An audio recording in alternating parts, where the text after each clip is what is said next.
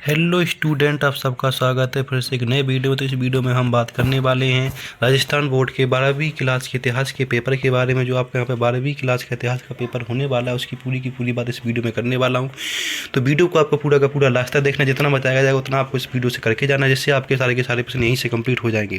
तो यहाँ पर हम बात करने वाले हैं आपके राजस्थान बोर्ड के 12th क्लास के अर्धवार्षिक परीक्षा के पेपर के बारे में। जो आपके यहाँ पे इतिहास मतलब कि हिस्ट्री का पेपर है आपका होने वाला है, जिसमें आपको टोटल 18 प्रश्न पूछे जाने वाले हैं।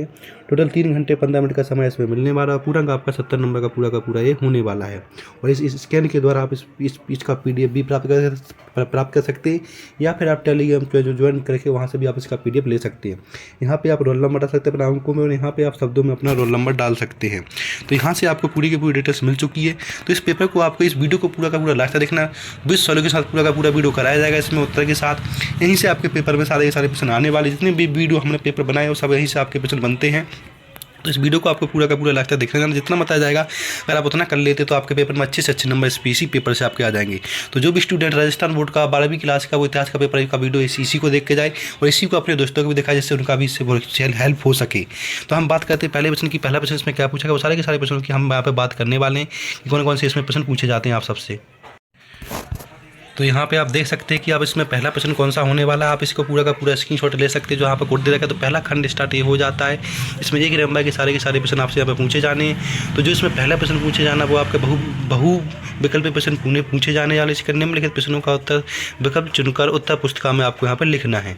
तो पहला प्रश्न क्या पूछा गया वो हम यहाँ पे बात कर ले। पहला प्रश्न पूछा गया, मिट्टी से बनी हल्की आकृति कहाँ मिली। मिट्टी से बनी हल्की आकृति कहाँ पर मिली आपको, लोथल में मिली, या आपको यहाँ पे रोपड़ में मिली, ठीक है, बी ऑप्शन रोपड़ में मिली, या फिर आपको मोहनजोदड़ो में मिली, या फिर आपको बनावली में मिली। तो इसका ऑप्शन ए हो जाएगा, ठीक है। इसके बाद प्रश्न नंबर दूसरा पूछा गया है। इसमें दूसरा पूछा गया है कि यहाँ पे कौरवों व पांडवों का संबंध किस वंश से था। तो प्रश्न नंबर दूसरा आपसे पूछा गया, दूसरे को आपको देख लेना। दूसरे में पूछा गया आपसे कि कौरवों व पांडवों का संबंध किस वंश से था।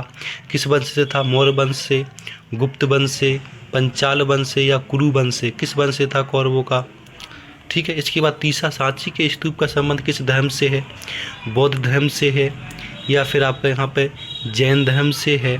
किस धर्म से है, तो यहाँ पे बौद्ध धर्म, जैन धर्म, इस्लाम धर्म, ईसाई धर्म। तो यहाँ पे बौद्ध धर्म आ जाएगा तीसरे का। प्रश्न नंबर चौथे में आ जाएगा, विजयनगर साम्राज्य की स्थापना कब की गई थी। विजयनगर साम्राज्य की स्थापना कब की गई थी। तो पहला ऑप्शन है इसमें 1556 में की गई थी, या फिर 1336 में की गई थी, या फिर 1526 में की गई थी, या फिर 1436 में। तो इसका ऑप्शन आएगा बी, 1336 में की गई थी। प्रश्न नंबर 5 में पूछा गया है कि आईना ए अकबरी के लेखक कौन है। प्रश्न नंबर 5वें को आपको देखना है। इसमें पूछा गया कि अकबर ए आइनरी के लेखक कौन है। इसमें बताना अकबरी के लेखक कौन, आईना अकबरी। तो यहाँ पे पूछा गया है बदायूनी, या फिर आपके यहाँ पे बाबर, या फिर आबुल फजल, या फिर रसखान। तो इनमें से क्या आ जाएगा, तो इसमें से आपका यहाँ पे आ जाएगा आबुल फजल। इसके बाद प्रश्न नंबर आपका आ जाता है 6, जिसमें पूछा गया कि जंगल बुक के यहाँ पे रचयिता कौन है। जंगल बुक के रचयिता कौन है ये बताना है यहाँ पे। प्रश्न नंबर जिसमें आपको ऑप्शन मिलेगा फर्स्ट रुडयार्ड किपलिंग, या फिर रूमला थापर, या फिर हेनरी डेविड, या फिर अर्नेस्ट मैके। तो यहाँ पे हेनरी डेविड आ जाएगा 6 का। 7 में पूछा गया है कि यहाँ पे कुदाल किसका प्रतीक है। कुदाल, जो कुदाल है किसका प्रतीक है, यहाँ पर संथालों का, या पहाड़ी लोगों का, ए या बी दोनों का, इनमें से कोई नहीं। तो यहाँ पे आपका ऑप्शन सी आ जाएगा। क्या आ जाएगा, इसका सी ऑप्शन आ जाएगा यहाँ पर, ठीक है। प्रश्न नंबर 8 देखिए। प्रश्न नंबर 8 में क्या पूछेगा, इसमें पूछा गया कि औपनिवेशिक भारत का प्रथम हिल स्टेशन था, कहाँ पे है। औपनिवेशिक भारत का प्रथम हिल स्टेशन था, कहाँ पे था। तो ये हमें यहाँ पे बताना प्रश्न नंबर 8 का कि जो हिल स्टेशन है वो कहाँ पे है। शिमला में है, माउंट आबू में है, ऊटी में है, या दिल्ली में, कहाँ पे ये बताना हमें। तो इसका ऑप्शन आ जाएगा आपका शिमला, इसमें का माउंट आबू में है। 9 नंबर में, सारे जहाँ से अच्छा गीत के रचनाकार कौन है। सारे जहाँ से अच्छा गीत के रचनाकार कौन है, और मोहम्मद अली जिन्ना, रहमत अली, मोहम्मद इकबाल, या खान अब्दुल गफ्फार खान। तो ऑप्शन इसका सी आ जाएगा, मोहम्मद इकबाल है, ठीक है। प्रश्न नंबर 10 में पूछा संविधान सभा के अध्यक्ष कौन थे। तो यहाँ पर डॉक्टर भीमराव अम्बेडकर, या डॉक्टर राजेंद्र प्रसाद, या फिर जवाहरलाल नेहरू या फिर महात्मा गांधी। तो यहाँ पे आ जाएगा डॉक्टर भीमराव अंबेडकर। तो यहाँ पे आपके बहुविकल्प पूरे के पूरे प्रश्न करवा दिए गए। अब हम खंड बी की बात करें, जिसके अंदर आपसे पूछा जाने वाला यहाँ पे अति लघु उत्तरीय प्रश्न, जो आपको यहाँ पे 20 से 30 शब्दों के अंदर लिखने, सारे के सारे प्रश्न 2-2 नंबर के प्रश्न आपके यहाँ पे होने वाले हैं। तो सारे के सारे प्रश्नों की हम यहाँ पे बात करने वाले हैं। तो पहला प्रश्न इसमें पूछा गया, देख लिया, हड़प्पा लिपि पर टिप्पणी लिखी है। इसके बाद दूसरा प्रश्न पूछा गया, अभिलेख किसे कहते हैं। इसके बाद प्रश्न नंबर आपसे यहाँ पे प्रश्न नंबर 13 पूछा गया, जिसमें पूछा गया कि हड़प्पा सभ्यता के नगर नियोजन की कौन कौन सी विशेषता आज भी क्या होता हूँ प्रासंगिक है। प्रश्न नंबर 14 में लोग यज्ञ क्यों करते थे। प्रश्न नंबर 15 देखिए, 15 में लिखा बौद्ध की शिक्षाओं पर टिप्पणी लिखिए। प्रश्न नंबर 16 में पूछा गया है आपसे किताब उल हिंद पुस्तक पर टिप्पणी लिखिए। किताब उल हिंद पुस्तक पर टिप्पणी लिखना है आपको यहाँ पे। प्रश्न नंबर 17 में क्या पूछा गया वो देख लीजिए। प्रश्न नंबर 17 में आपसे पूछा गया 1857 की क्रांति का तात्कालिक कारण क्या था। 1857 की क्रांति का तात्कालिक कारण क्या था वो आपको यहाँ पे बता देना है, ठीक है। इसके बाद प्रश्न नंबर आपका यहाँ पे आ जाता है 18, जिसमें पूछा गया सहायक संधि की 2 प्रमुख शर्तें लिखिए। सहायक संधि की 2 प्रमुख शर्तें लिखनी है आपको यहाँ पे।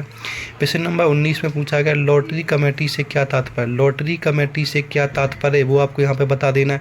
तो आपके अति लघु उत्तरीय प्रश्न पूरे के पूरे यहाँ पे हो गए। अब हम बात करने वाले खंड सी की, जिसके अंदर आपसे लघु उत्तरीय प्रश्न पूछे जाने वाले हैं, जो आपके यहाँ पर 3-3 नंबर के प्रश्न होने वाले हैं। इनको आपको 60 से 100 शब्दों के अंदर लिखने सारे के सारे प्रश्न, ठीक है। तो यहाँ पर देख लीजिएगा आप। तो पहला प्रश्न इसमें क्या पूछा जाने वाला वो देख सकते हैं यहाँ पे।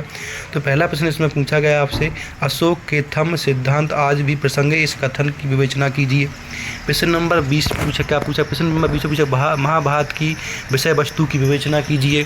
प्रश्न नंबर 20 में पूछा गया है कि वनीरा द्वारा किस प्रकार की सती प्रथा का वर्णन किया गया है।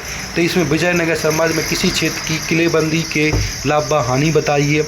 24 में पूछा खुद कासत व माही कासत से क्या तात्पर्य है। 25 में पूछा गया इतिवैध के महत्व पर टिप्पणी लिखिए। 26 में जमींदार किस प्रकार अपनी जमींदारी को बचाने के तरीके अपनाते थे, ठीक है, अपनाते थे। प्रश्न नंबर 27 में भारत विभाजन के समय महिलाओं की स्थिति पर प्रकाश डालिए। प्रश्न नंबर 28 में संविधान निर्माण के समय संविधान निर्माताओं के समय क्या क्या चुनौतियां थीं। तो आपके यहाँ पर लघु उत्तरीय प्रश्न पूरे हो गए। अब हम खंड डी की बात करने वाले हैं, जिसके अंदर आपसे निबंधात्मक प्रश्न पूछे जाने वाले, जिनको आप 250 शब्दों के अंदर लिखना है, जो आपके यहाँ पे 5 नंबर के प्रश्न होने वाले हैं। तो इन सारे के सारे प्रश्नों को आपको अच्छे से कर लेना है। जितने प्रश्न होते हैं उतने कर ले तो आप वहीं से आपका पूरा का पूरा पेपर हो जाएगा। तो 29 नंबर प्रश्न सूफी आंदोलन व भक्ति आंदोलन में समानताओं की विवेचना कीजिए। या फिर अथवा वाला प्रश्न कर सकते हैं। इसके अंदर हमें कबीर और मीराबाई पर टिप्पणी लिखना है। इन दोनों में से कोई एक आप कर सकते हो अथवा वाले में से। प्रश्न नंबर 30 से पूछा गया कि भारतीय स्वतंत्रता संघर्ष में महात्मा गांधी के योगदान का वर्णन कीजिए। या फिर आप इनमें टिप्पणी कर सकते हैं, जिसमें नमक यात्रा या फिर असहयोग आंदोलन की आप यहाँ पर टिप्पणी कर सकते हैं 5 नंबर में, ठीक है। इसके बाद प्रश्न नंबर 31 देखिए। 31 में पूछा गया भारत के